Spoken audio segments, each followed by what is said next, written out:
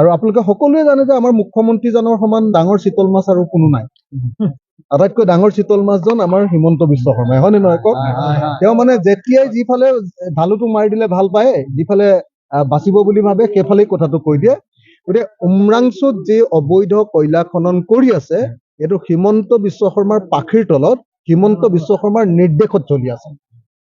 আৰু সেইটো চলাই আছে ডিমা হাছাও যি কাউন্সিলৰ যিজন CM দেবুলাল গালোচা আৰু তেওঁৰ পৰিয়ালে এই গোটেই অবৈধ কাৰবাৰটো চলাই আছে। গতিকে 220টা বুলি মুখ্যমন্ত্ৰীয়ে নিজেই ক'লে। যদি এটা পাহাৰত 220টা এনেকুৱা অবৈধ যদি ৰেথল মাইনিং থাকিব পাৰে, তেতিয়াহ'লে সেই পাহাৰটো আৰু জীয়াই আছেনে? সেই পাহাৰটোৰ পৰা চব মানে কয়লা খানি ইতিমধ্যে শেষে কৰি দিলে। আৰু আমি সকলোৱে জানো যে উমৰাংচুত যে পাহাৰ খনন কৰা হৈছে সেইটো 2021 চনৰ পৰা কৰা হৈছে। মোৰ হাতত এতিয়া ফটো আছে। সেই ফটোবিলাকত